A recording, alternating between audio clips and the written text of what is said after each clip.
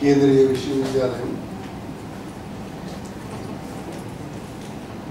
తెలుగు శాఖాధిపతి ప్రముఖ కవయిత్రి డాక్టర్ శరత్ జ్యోత్స్నారాయణ గారికి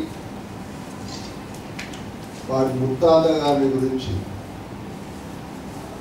ముక్తసరిగా అయిన అనేక విశేషాలు వివరించిన డాక్టర్ అచ్యుతరావు గారికి ఈ సమావేశాన్ని నిర్వహిస్తున్న డాక్టర్ దాల వెంకటేశ్వరరావు గారికి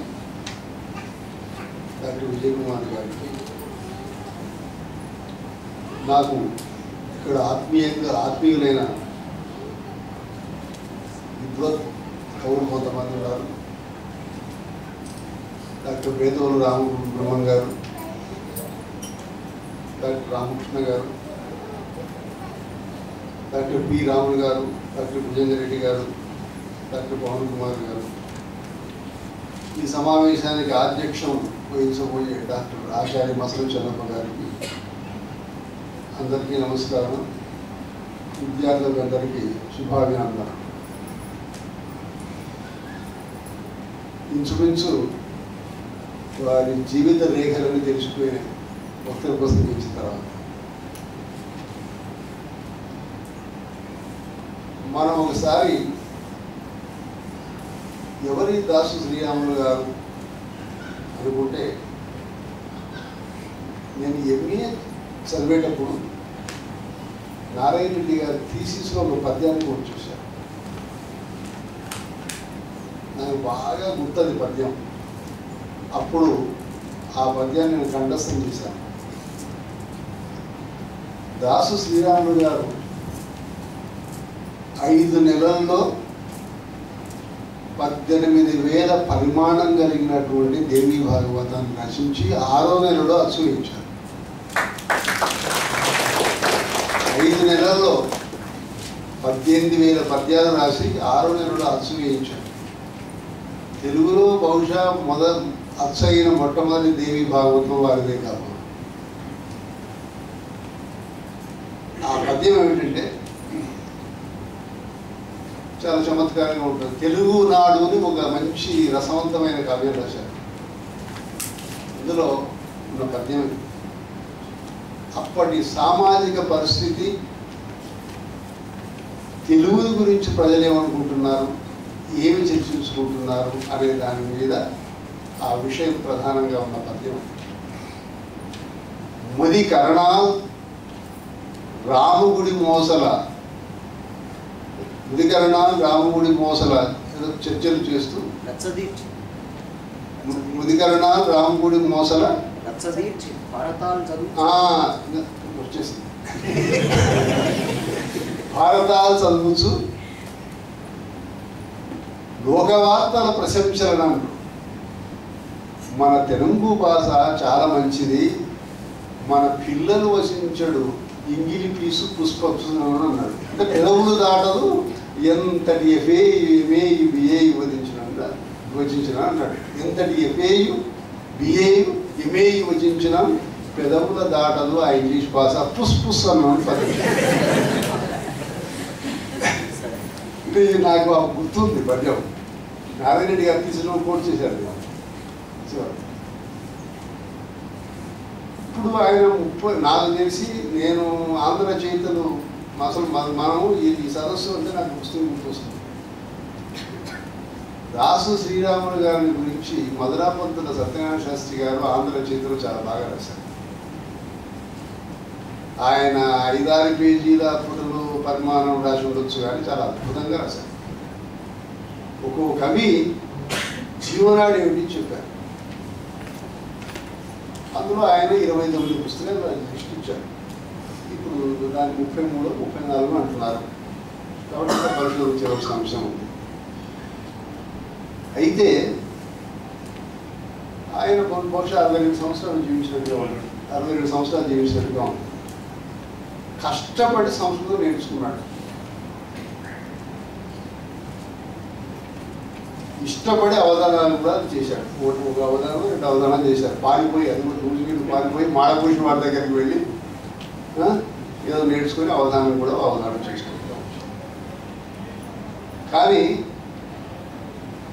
ఆయనకు అచ్చదనం అంటే అభిమానం. అభిజ్ఞాన శాకుంతలాన్ని అచ్చదనంలోకి వర్ణించారు. అంటే ఇందులో ఒకటి అచ్చదనంలోకి అనుభవించడం అంటే కొంచెం ఈ అచ్చదనం లేనిసరికి గౌరవం ఉంటుంది, కానీ కొంచెం అనుమానం కూడా కలుగుతుంది.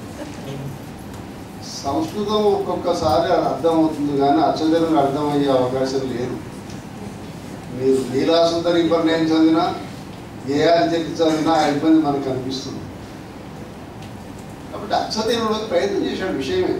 అంటే ఒకటి ఒక 19వ శతాబ్ది చివర కానీ 20వ శతాబ్ది ప్రారంభ దశలో కానీ ఉన్న పండితుల ఒక అభిప్రాయం ఉంది, మనం ఈ తెలుగును సంస్కృత బంధం నుంచి తప్పించలేమా?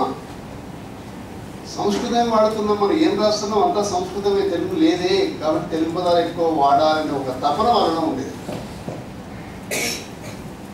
అయినా సంస్కృతాన్ని వదిలించుకోలేదు కూడా. అలాంటి ఆయన దేవీ భాగవతాన్ని తెలుగులో 4 రాశారు. ఈయన కంటే ములుగు పాపయ్య రాజ్యుడు మొదటి రాశాడు, తర్వాత వీరు రాశారు, తర్వాత తిరుపతి వెంకట గౌడ్ రాశారు, ఆ తర్వాత బహుశా త్రిపురాణ తమ్మయ్య గారిని ఒక ఆయన రాశాడు. అది వచ్చిందో లేదో రామబ్రహ్మ గారు చెప్పారు, అది అచ్చుబడిందో లేదో తెలియదు. దేవి భాగవతం రాయడం మామూలు విషయం కాదు. అసలు భాగవతం పోతన్న గారు రచించిన తర్వాత భాగవతాన్ని సమాన స్కంధంగా ఉండేటటువంటి దేవి భాగవతం రచన అంత ఈజీ కాదు, ఇంత సులభమైంది కాదు. ఎంతో ఉపాసన అవసరం చెప్తారు. దేవి భాగవతాన్ని రాయడానికి చాలా ఉపాసన అవసరం చెప్తారు. అందులో మొట్టమొదట దాసు శ్రీరాములు గారి నాకు అంతటి అంటే ఆయన అవధానాలు చేయడానికి కోరిక ఉండేది కాబట్టి ఆ అవధానాన్ని ఈ రకంగా తెలుసుకున్నాడు. 5 నెలల్లో 18 పద్యాలు రాయడం అంటే పద్యం రాయడం ఈనాటి యువకులకు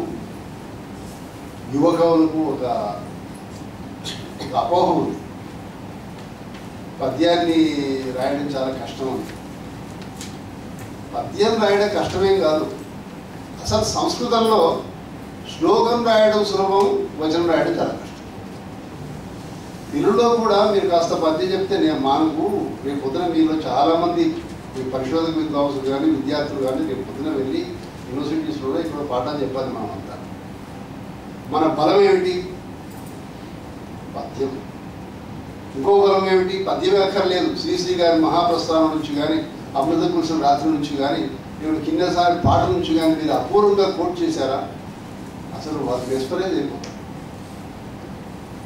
నిజంగా పద్య కావ్యాన్ని కానీ గేయ కావ్యాన్ని కానీ ఇప్పుడు వచన కవిత్వంలో గేయ కావ్యాన్ని నేను పాఠం చెప్పగలిగితే విద్యార్థుల్లో ఒక రకమైన అభిరుచి ఏర్పడుతుంది. ఆ అభిరుచి కలిగించడానికి మనం విశ్వవిద్యాలయంలో ప్రయత్నం చేయగలిగితే అనుకోకుండా తరువాతి తరం బాగుపడుతుంది. మనం ఎప్పుడు ఈరోజు పార్లమెంట్లో ఉన్న సభ్యుల భాష, అసెంబ్లీలో ఉన్న సభ్యుల భాష మారంటే మారదు. మీరంతా ఎమ్మెల్యేలు ఎంపీలేదు మారు. వాళ్ళకి ఆ భాష ఇంకో భాష రాదు. అసలు తిట్టంటే అలవాటు లేని వాళ్ళకు కూడా 10 రోజులు టీవీ చూస్తే తిట్టమే తప్ప అంత గొప్ప సంస్కారం ఉంది. ఎవరు ఏ రాజకీయ నాయకుడు ఏ మంత్రి కానీ తెలుగును చూస్తే నిరాదరణ, ఎవరికి గౌరవం లేదు. కర్ణాటక ప్రభుత్వం 100 కోట్లు ఇస్తుంది, తమిళనాడు ప్రభుత్వం 100 కోట్లు 200 కోట్లు ఇస్తుంది. తెలుగు వాళ్ళు మాత్రం తెలుగు ప్రభుత్వం మాత్రం తెలుగు విశ్వవిద్యాలయానికి జీతాల కోసం 1 కోటి ఇవ్వండి. అలాంటి కాబట్టి మనం మీరు నిజంగా ఆశాదీపాలు రండి. తెలుగుకు వైజయంతికలు మీరే. కాబట్టి నేను నాకు అనుభవంతో మీకు చెప్తున్నాను విద్యార్థులందరికీ. ఒకటి, తెలుగు చదివి ఏం చేయాలని మీకు అపోహ ఉంటుంది. మేము ఏం చేసాము మీరు అదే చేస్తాం. చాలా అవకాశాలు ఉన్నాయి, అప్పటికంటే ఇప్పుడు ఎక్కువ అవకాశాలు ఉన్నాయి. ఒక మంచి ప్రూఫ్ రీడర్ తెలుగులో దొరకడం లేదు. ప్రూఫ్ రీడర్ నేను చూస్తున్నా తెలుగు విశ్వవిద్యాలయంగా ఈ తప్పులు ఎందుకు వస్తున్నాయి? ఆ పుస్తకాల్లో మంచి ప్రూఫ్ రీడర్ అంటే లేదు సార్, దొరకడం లేదు.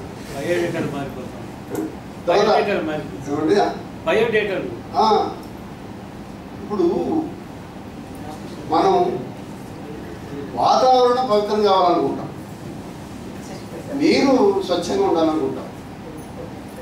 అంతటి భాష విషయంలో మాత్రం అభావం మనకు ఉండదు. ఏమైంది సార్ రాస్తే ఏమైంది సార్ రాస్తే తప్పులే కదా సార్, మహాప్రాణమో అల్ప ప్రాణం ఏమైంది సార్ రాస్తే గొప్ప మునిగిందా సార్, ఏమన్నా ప్రళయం వచ్చిందా, భూకంపం వచ్చిందా, తప్పు ఉంటే వచ్చింది కదా. నిజంగా చెప్తున్నాను మీతో, మీరు విద్యార్థులకు విద్యార్థి అయిపోయి చెప్తున్నాను, ప్రతి భాషకి స్వచ్ఛత ఉంది. మీరే గ్రాంధికంలో రాయద్దు, పద్యాలు గేయ కావ్యాలు రచించొద్దు, కానీ స్వచ్ఛమైన తెలుగు మాత్రం వ్యవహారికంలోనే స్వచ్ఛమైన తెలుగు ఉంది. అది నేర్చుకోవాలి. అది నేర్చుకోవాలంటే ఇలాంటి వాళ్ళు కదా. ఒక్కసారి ఆంధ్ర రచయితలు కనుక మీరు తీసుకుంటే పిహెచ్డి టాపిక్స్ ఏమని చాలామంది వెంటబడుతుంటారు. అంటే మీకంటే మంచి వాళ్ళు ఉన్నారు కాబట్టి యూనివర్సిటీలో స్థాపించుకోదు అని కాదు. బయట అయితే పిహెచ్డి టాపిక్ కోసం ఎలక్షన్లో సీట్ కోసం నేను అడుగుతున్నాను. అయితే నిర్ణయం ఏమిటంటే ఒక్కసారి మీరు ఆంధ్ర రచయిత తిరిగేయండి, పరిశోధన చేయడానికి ఎన్ని టాపిక్స్ ఉన్నాయి కాదండి. ఎంతసేపు మనం ఒక నవల పరిశీలన, ఒక వ్యక్తి పరిశీలన, ఇవేనా మనం చేసేది? దానికి ఎందుకండి?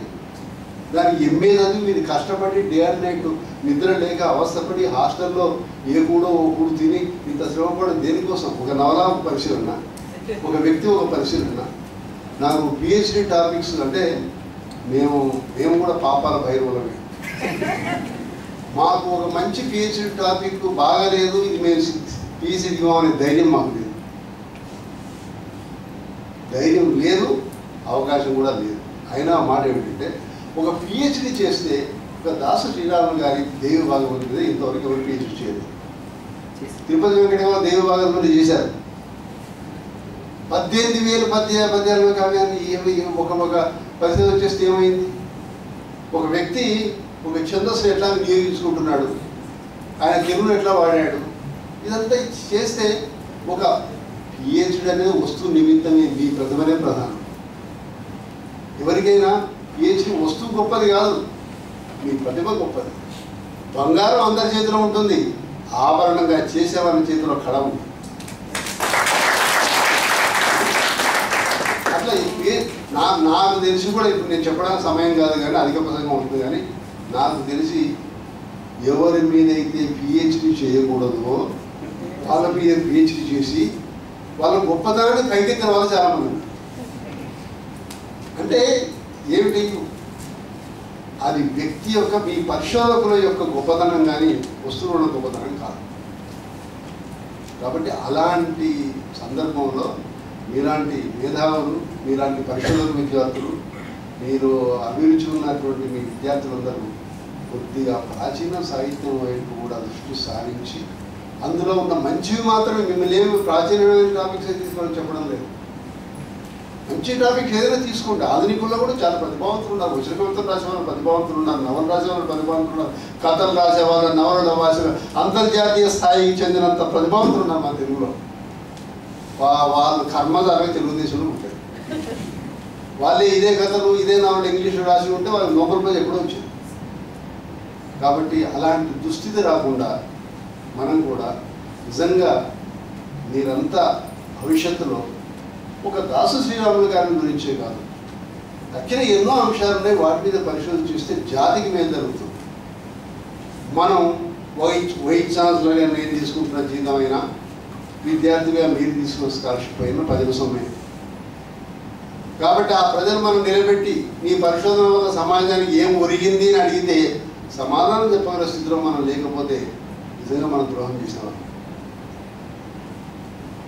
కాబట్టి కావాల్సినంత వరకు న్యాయం చేయడానికి మీరు ప్రయత్నం చేస్తున్నారు, కానీ ఇంకా ప్రామాణికంగా ఇంకా సాహిత్యంలో ఒక విలువలు పెంపొందించే ప్రయత్నం మీరంతా చేయలేదు. అందులో నాకు దక్షిణ విశ్వవిద్యాలయం మీద నమ్మకం ఉన్నా, కేంద్రీయ విశ్వవిద్యాలయం విద్యార్థుల మీద నమ్మకం ఎక్కువ.